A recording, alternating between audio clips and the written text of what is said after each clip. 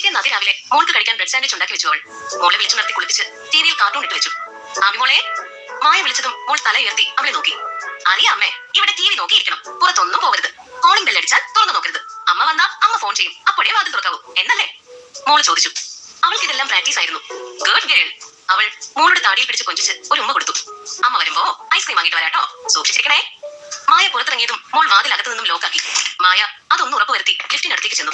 അപ്പോഴാണ് അവളുടെ ഫോണിൽ ഒരു വാട്സ്ആപ്പ് മെസ്സേജ് നോട്ടിഫിക്കേഷൻ ശബ്ദം വന്നത്. അവൾ അതിലേക്ക് നോക്കിയപ്പോൾ ആരതിയുടെ മെസ്സേജ് ആയിരുന്നു. ഒരു ഫോട്ടോ ആയിരുന്നു. അതിന് താഴെ തന്നെ ആരതിയുടെ മെസ്സേജും വന്നു. ഇയാളാണ് സഞ്ജീവ് മാധവ്, നിന്നെ അന്വേഷിക്കുന്ന ആൾ. മായ ആ ഫോട്ടോ ഡൗൺലോഡ് ചെയ്യാൻ നോക്കി. പക്ഷേ റേഞ്ച് ഇഷ്യൂ കാരണം അത് ലോഡായില്ല. പെട്ടെന്നാണ് വാതിൽ തുറക്കുന്ന ശബ്ദം കേട്ടത്. മായ തിരിഞ്ഞു നോക്കിയപ്പോൾ ദേ ആമിമോൾ അവിടെ നിൽക്കുന്നു. ആമി, നിങ്ങളുടെ വാതിൽ തുറന്ന് പുറത്ത് വരരുതെന്നല്ലേ ഞാൻ പറഞ്ഞത്? മായ അവളെ കൂർപ്പിച്ച് നോക്കിക്കൊണ്ട് ചോദിച്ചു. എന്നാൽ അതിന് മറുപടി ഒന്നും മിണ്ടാതെ അവളെ തന്നെ നോക്കി നിൽക്കുകയായിരുന്നു മോൾ. അവൾ വാച്ചിൽ സമയം നോക്കി. അവളുടെ ക്യാബ് 5 മിനിറ്റിൽ എത്തുമെന്ന് കണ്ടപ്പോൾ അവൾ ധൃതിയിൽ താഴേക്ക് പോകാൻ ഒരുങ്ങി. മോൾ ഇപ്പൊ മുറിയിലേക്ക് പോ, അമ്മ വരുമ്പോ ഐസ്ക്രീം വാങ്ങിട്ട് വരാട്ടോ, പറഞ്ഞനുസരിച്ചില്ലെങ്കിൽ അമ്മ പിണങ്ങുവേ. മായ അതും പറഞ്ഞ് മോൾക്കൊരു ഉമ്മ കൊടുത്ത് ലിഫ്റ്റിനടുത്തേക്ക് ചെന്നു. ലിഫ്റ്റ് ഓപ്പണായി അവൾ അതിലേക്ക് കയറിയതും എതിർവശത്തെ വാതിൽ തുറന്നതും ഒരുമിച്ചായിരുന്നു. വാതിൽ തുറന്ന് സഞ്ജീവ് പുറത്തു വന്നു. അവിടെ ഒറ്റയ്ക്ക് നിൽക്കുന്ന തന്റെ മകനെ കണ്ടതും അവൻ സംശയത്തിൽ ചുറ്റും നോക്കി. അഭി, നീ ഇവിടെ എന്തെടുക്കുക? അകത്തേക്ക് വന്നേ. അവൻ മോനെയും കൊണ്ട് അകത്തേക്ക് ചെന്നു. ആമിമോൾ ആയിരുന്നില്ല അത് സഞ്ജീവിന്റെ ഒരേ ഒരു മകൻ അഭിയായിരുന്നു. അഭിനവ് സഞ്ജീവ്. ആമിയുടെ അതേ മുഖഛായ ആയിരുന്നു അവനും. അവന്റെ ഫേവറേറ്റ് കാർട്ടൂൺ പ്രിന്റുള്ള ഒരു റെഡ് ടീഷർട്ട് ആയിരുന്നു അഭി ധരിച്ചിരുന്നത്. അതേ കാർട്ടൂൺ ആമിക്കും വളരെ ഇഷ്ടമായിരുന്നു. അന്ന് രാവിലെ കുളി കഴിഞ്ഞ് ആ ടീഷർട്ട് ആയിരുന്നു ആമിയും എടുത്തണിഞ്ഞത്. അതുകൊണ്ടാണ് മായ അവളെ തിരിച്ചറിയാതെ പോയത്. അഭി മറ്റു കുട്ടികളെ പോലെയല്ല. ചെറുപ്പം മുതലേ കുറച്ച് സൈലന്റ് ആണ്. പക്ഷെ പഠനകാര്യങ്ങൾ, മൊബൈൽ ഗെയിംസ്, അതിലെല്ലാം അവനും ആക്റ്റീവ് ആയിരുന്നു. എല്ലാം അറിയാം, പക്ഷെ അവൻ ഇൻട്രോവേർട്ട് ആണ്. പുറത്തെല്ലാം പോയാൽ അവൻ ആരോടും പെട്ടെന്ന് ഇടപെടില്ല. അതുകൊണ്ട് മോനെ തനിയെ എവിടെയും വിട്ടിട്ട് പോയില്ല സഞ്ജീവ്. സഞ്ജീവ് എങ്ങോട്ട് പോയാലും അവന്റെ ഒപ്പം മോനും ഉണ്ടാവും. അച്ഛാ, എനിക്ക് ഐസ്ക്രീം വേണം, മോൻ ആദ്യമായി അവനോട് ആവശ്യപ്പെട്ടു. ഒറ്റയ്ക്ക് വളർന്നത് കൊണ്ട് കുറച്ച് പതിഞ്ഞ സ്വഭാവക്കാരനായാണ് അഭി വളർന്നത്. അവന്റെ ഭക്ഷണകാര്യങ്ങളിലെല്ലാം സഞ്ജീവ് വളരെയധികം ശ്രദ്ധ ചെലുത്തിയിരുന്നു. അതുകൊണ്ട് ഐസ്ക്രീം ഒന്നും അവൻ മോന് വാങ്ങി കൊടുത്തിരുന്നില്ല. അതൊന്നും ഹെൽത്തിന് നല്ലതല്ല അഭി. സഞ്ജീവ് അവനെ ശാസിച്ചു. പക്ഷെ അഭി അത് കേട്ടില്ല. അവൻ ഐസ്ക്രീമിനായി വാശി പിടിച്ചുകൊണ്ടേയിരുന്നു. സഞ്ജീവ് അത് കാര്യമാക്കാതെ മോനെയും കൊണ്ട് മുറിയിലേക്ക് ചെന്നു. ലിഫ്റ്റ് താഴെ എത്തിയിട്ടും മായ ഇറങ്ങിയില്ല. അവൾക്ക് ടെൻഷനായിരുന്നു, മോള് മുറിയിൽ പോയിട്ടുണ്ടാവുമോ എന്ന്. അവൾ വീണ്ടും തിരികെ കയറി അവരുടെ മുറിക്ക് പുറത്തെത്തി തുറന്നു നോക്കിയപ്പോൾ വാതിൽ അകത്ത് നിന്ന് പൂട്ടിയിട്ടുണ്ടായിരുന്നു. മോൾ അകത്തേക്ക് പോയെന്ന് വിചാരിച്ച് അവൾ വീട്ടിലേക്ക് തിരിച്ചു. കാറിലിരിക്കുമ്പോഴാണ് സഞ്ജീവിന്റെ ഫോട്ടോ മായയ്ക്ക് ഡൗൺലോഡ് ആയത്. ആ ഫോട്ടോ കാണെ അവളുടെ നെഞ്ചെടുപ്പ് ക്രമാതീതമായി ഉയർന്നു. എനിക്കിത് എന്താ സംഭവിക്കുന്നത്? അജയന്റെ ഫോട്ടോ കാണുമ്പോഴും ഇങ്ങനെ തോന്നിയില്ലല്ലോ. പിന്നെ ഇപ്പോൾ ഇയാൾ സഞ്ജീവ് എന്റെ ആരോ ആണെന്ന് പോലെ എനിക്ക് തോന്നുന്നത് എന്തുകൊണ്ടാണ്? അവൾ സ്വയം ചോദിച്ചു. അധികം വൈകാതെ തന്നെ അവൾ വീട്ടിൽ എത്തിച്ചേർന്നു. വീടിന്റെ ഉമ്മറത്ത് എന്തൊക്കെയോ ഡെക്കറേഷൻ ചെയ്തിരുന്നു. ഇന്നിവിടെ എന്തെങ്കിലും പരിപാടിയാണോ? അതെല്ലാം കാണെ അവൾ ആലോചിച്ചു. പിന്നെയാണ് അവൾക്ക് ഡേറ്റ് ഓർമ്മ വന്നത്. ഇന്ന് മൃദുലയുടെ ബർത്ത്ഡേ ആണ്. എല്ലാ കൊല്ലവും അവളുടെ വീട്ടിൽ ആഘോഷിക്കപ്പെടുന്ന ദിവസം.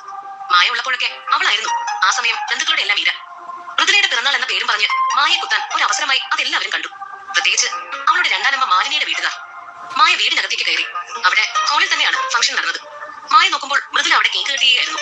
മായ ആരെയും ഗൗനിക്കാതെ അവിടെ കോർണറിലുള്ള സോഫയിൽ ചെന്നിരുന്നു. അതിന്റെ ഫ്രണ്ടിൽ ഉണ്ടായിരുന്ന ടീപ്പോയിൽ ഏതാനും മാഗസിൻസ് കിടക്കുന്നുണ്ടായിരുന്നു. അവൾ അതിൽ ഒരെണ്ണം എടുത്ത് മറിച്ചു നോക്കി. എല്ലാവരുടെയും ശ്രദ്ധ കേക്ക് കട്ടിങ്ങിലായതുകൊണ്ട് മായ വന്നത് ആരും കണ്ടില്ല.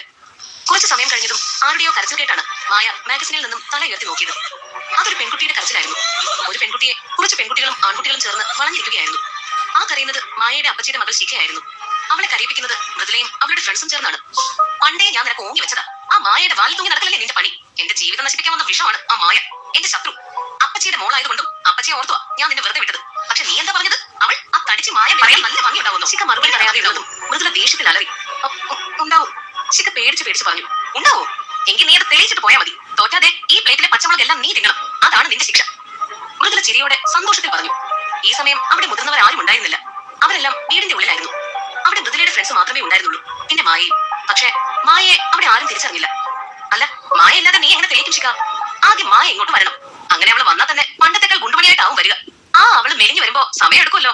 പിന്നെ നീ എങ്ങനെ തെളിയിക്കും ശിഖ മോളെ? മൃദുല പറഞ്ഞതും ശിഖ ഒന്നും പറയാതെ തല താഴ്ത്തി നിന്നു. മൃദുല ദേഷ്യത്തിൽ അവളുടെ കഴുത്തിൽ പിടിച്ചു. ശിഖ ശ്വാസം കിട്ടാതെ പിടഞ്ഞു. ഇന്ന് എന്റെ ബർത്ത്ഡേ ആയിട്ട് ആ നാശം പിടിച്ചവളുടെ പേര് നീ വലിച്ചടിച്ചില്ലേ? നിനക്ക് അതിന് ശിക്ഷയുണ്ട്. അതും പറഞ്ഞ് മൃദുല ശിഖയുടെ കവളിൽ തന്റെ കൈ കൊണ്ട് വീശി അടിച്ചു. ശിഖ വേദന കൊണ്ട് അലറി കരഞ്ഞു. അത് കേൾക്കെ മൃദുലയുടെ ഫ്രണ്ട്സ് എല്ലാം ചിരിക്കാൻ തുടങ്ങി. പെട്ടെന്നാലോ മൃദുലയെ പുറകിൽ നിന്നും വിളിച്ചു. മൃദുല തിരിഞ്ഞത് മാത്രമേ അവൾക്ക് ഓർമ്മയുള്ളൂ. കവളിൽ കൈവച്ച് നിന്ന മൃദുലയാണ് പിന്നെ എല്ലാവരും കണ്ടത്. മൃദുലയെ ആരും അടിച്ചതാണ്. അത് മറ്റാരുമല്ല, മായയായിരുന്നു. ഒരു അപ്പാവിയെ കൂട്ടം ചേർന്ന് മൃദുലയും കൂട്ടുകാരും ഉപദ്രവിച്ചത് ഇഷ്ടപ്പെടാതെയായിരുന്നു മായ പ്രതികരിച്ചത്. തന്നെ ആരാണ് അടിച്ചതെന്ന് അറിയാൻ വേണ്ടി അവൾ തല ഉയർത്തി നോക്കി. തന്റെ മുന്നിൽ നിൽക്കുന്ന അപരിചിതയെ അവൾ ആദ്യമായി കാണുന്നത് പോലെ നോക്കി. ആരാ നീ? എന്തിനാണ് തല്ലിയത്? മൃദുല ദേഷ്യത്തിൽ ചോദിച്ചു. എന്നാൽ മൃദുലയുടെ ചോദ്യം കേട്ട് മായ അത്ഭുതം കൂറി നിന്നു.